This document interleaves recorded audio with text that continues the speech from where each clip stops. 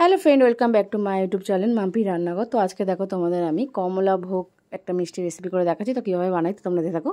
প্রথমে দেখো আমি 2 প্যাকেট মতো দুধ নিয়ে নিয়েছি, দিয়ে আমি একদম ধিমি আঁচে জাল দিতে দিয়ে দিয়েছি। এটা তোমরা যে কোনো দুধ নিতে পারো, যে কোনো ব্র্যান্ডেড। এটা আমি আমুল দুধ নিয়েছি।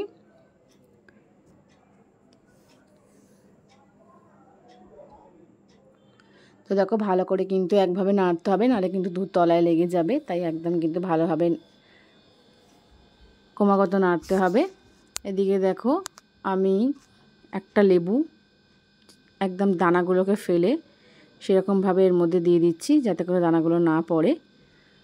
তো গোটা লেবু একটা দিয়ে দিলাম।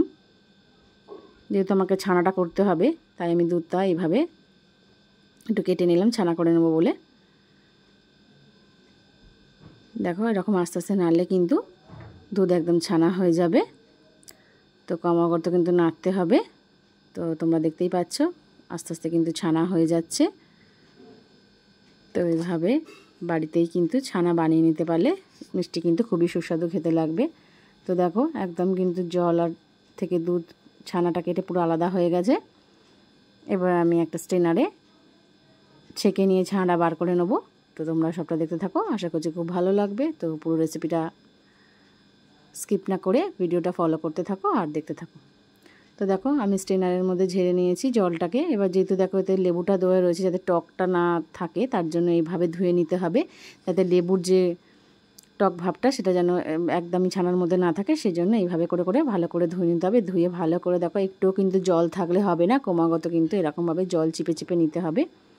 দেখো এরকম কিন্তু ঝরঝরে একটা ছানা বের করে নিতে হবে, যাতে একদম একটুও কিন্তু জল থাকলে সেটা একদমই খেতে ভালো হবে না। তো দেখো আমি জলটা একদম চেপে চেপে নিয়ে একটা থালার মধ্যে আমি ছানাটা ঢেলে নিলাম। এবার এর মধ্যে কিছুটা আমি বেকিং পাউডার দিয়ে দিচ্ছি, যাতে মিষ্টিগুলো খুবই সফট হওয়ার জন্য। আর সামান্য পরিমাণে একটু ময়দা দিয়ে দিলাম। তোমরা চাইলে এটা কর্নফ্লাওয়ারও দিতে পারো, আমার ঘরে কর্নফ্লাওয়ার ছিল না, তাই আমি একটু ময়দা দিয়ে দিলাম। দিয়ে এবার ভালো করে কিন্তু হাতের সাহায্যে অনেকক্ষণ ধরে প্রায় 10-15-20 মিনিটের মতো কিন্তু এরকমভাবে ছানাটাকে ম্যাশ করে নিতে হবে। ছানা যত বেশি ম্যাশ করা যায় তত কিন্তু মিষ্টি ভালো হয়, তাই জন্য এইভাবে কিন্তু হাতের সাহায্যে অনেকক্ষণ ধরে ম্যাশ করে নিতে হবে। তো দেখতে পাচ্ছ এরকম একটা স্মুথ ডো বানিয়ে নিতে হবে ছানাটাকে এরকম ম্যাশ করতে করতে। তো দেখো কত স্মুথ একটা এতে এরকমভাবে করে নিলে কিন্তু একদম যে ছানা যে দাঁড়া থাকে সেটা কিন্তু একদমই থাকে না। এইভাবে কিন্তু স্মুথলি হাতে বানিয়ে নিতে পারলে। তো তোমরা দেখতেই পাচ্ছ কত সফট হয়ে গেছে। এবার দেখো কড়ার মধ্যে আমি জল দিয়ে দেবো, 1 বাটির মতো জল দিয়ে দিলাম, কেন আমার 2 প্যাকেটের দুধে খুব বেশি মিষ্টি হয়নি, তাই জলটা আমার কম দিলাম। তোমরা এর থেকেও বেশি পরিমাণে করলে জলটা একটু বেশি করে দেবে। তো দেখো আমি সামান্য একটু ইয়েলো ফুড কালার দিয়ে দিলাম, একটা সুন্দর কালারটা আসে, যে কমলা ভোগ কমলার মতো দেখতে লাগবে, তাই এই কালারটা কিন্তু দিলে একদম পুরো দোকানের মতো দেখতে লাগবে। তো সেই জন্য আমি দিয়ে দিলাম। তো 1 কাপের মতো দেখো একদম পুরো ভরে ভরে 1 কাপের মতো চিনি দিয়ে দিলাম। এবার আমি এটা ফুটতে দেবো, এটা অনবরত কিন্তু ফুটবে, ফুটে জাল হবে। তারপরে কিন্তু তোমাদের স্টেপ বাই স্টেপ দেখাচ্ছি, তোমরা দেখতে থাকো, আশা করছি সবাই খুব ভালো লাগবে। তো দেখতে থাকো। এবার দেখো স্মুথলি আমার ছানাটা একটা মাখানো হয়ে গেছে। এবার আমি একটা গোল গোল করে লেচি করে নিচ্ছি। হাতে ফোন ধরে আছি বলে ভালো করে দেখাতে পাচ্ছি না, তাও আমি চেষ্টা করছি। এবার দেখো এই গোলের মাঝখানে আমি একদম দোকানের মতো টেস্ট আনার জন্য এর মাঝখানে আমি একটা নকুনদানা দিয়ে দেবো। এটা কিন্তু মুখে যখন মিষ্টিটা হয়ে যাবে তখন মুখের মধ্যে কিন্তু খুব সুন্দর একটা স্বাদ লাগবে, তার জন্য আমি এরকমভাবে দিয়ে দিলাম। তোমরা চাইলে দিতেও পারো, নাও দিতে পারো। তো দেখো আমি সবগুলো করে নিয়েছি। 2 প্যাকেট দুধে কিন্তু আমার এতগুলো মিষ্টি হয়েছে। তো তোমরা চাইলে এর থেকে বেশি মিষ্টি বানিয়ে নিতে পারো, আরও বেশি দুধ দিয়ে। তো দেখো জলটা আমার মোটামুটি ফুটে গেছে, চিনির ছিঁড়াটা। এবার আমি একে একে সব যে রসগোল্লাগুলো বানিয়ে রেখেছিলাম ছানা, সেগুলো আমি এই জলের মধ্যে দিয়ে দিচ্ছি, চিনি শিরার মধ্যে দিয়ে দিচ্ছি। দিয়ে সব কটাকে একসাথে দিয়ে দেবো। দিয়ে আমি প্রায় 10-20 মিনিটের মতো এই মিষ্টিটা হতে দেবো। দেখো মোটামুটি আমার সব কটা দেওয়া হয়ে যাচ্ছে।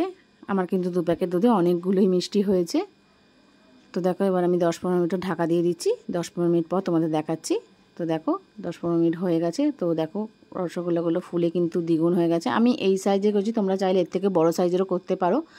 আমি খুব বেশি বড়টা করলাম না, এই সাইজটাই করলাম। তো দেখো কত সুন্দর দেখতে লাগছে। ফুলে কিন্তু একদম টোপর টোপর হয়ে গেছে। একদম কিন্তু সুস্বাদু মিষ্টি অলমোস্ট রেডি। এবার আমি তোমাদের সার্ভ করে দেখাবো। তো দেখো আমি একদম ঠান্ডা করে নিয়েছি, গ্যাস থেকে নামিয়ে ঠান্ডা করে নিয়ে তোমাদের সার্ভ করে দেখাচ্ছি। দেখো কত সুন্দর দেখতে লাগছে, দেখতে যেমন লাগছে খেতেও কিন্তু দুর্দান্ত হয়েছে। তো চটজলদি এরকমভাবে বাড়িতেও বানিয়ে নিতে পারো। বাড়িতে গেস্ট চলে এলে তখন এইভাবে চটজলদি হাতের কাছে যেটা পাবে সেটা নিয়ে বানিয়ে নিতে পারবে। তো খুবই দুর্দান্ত খেতে লাগবে। দেখতে দেখছো কতটা সুন্দর হয়েছে, অত্যন্ত লোভনীয় আর খুবই নরম আর সুস্বাদু এক মিষ্টি। তোমার রেসিপি কেমন লাগলো ভালো একটা লাইক কমেন্ট শেয়ার সাবস্ক্রাইব করে দেবে। নতুন বন্ধু হলে পাশে থাকবে, এরকম নিত্য নতুন ভিডিও দেখতে হলে আমার চ্যানেলকে অবশ্যই সাবস্ক্রাইব করে দেবে। তো থ্যাংক ইউ।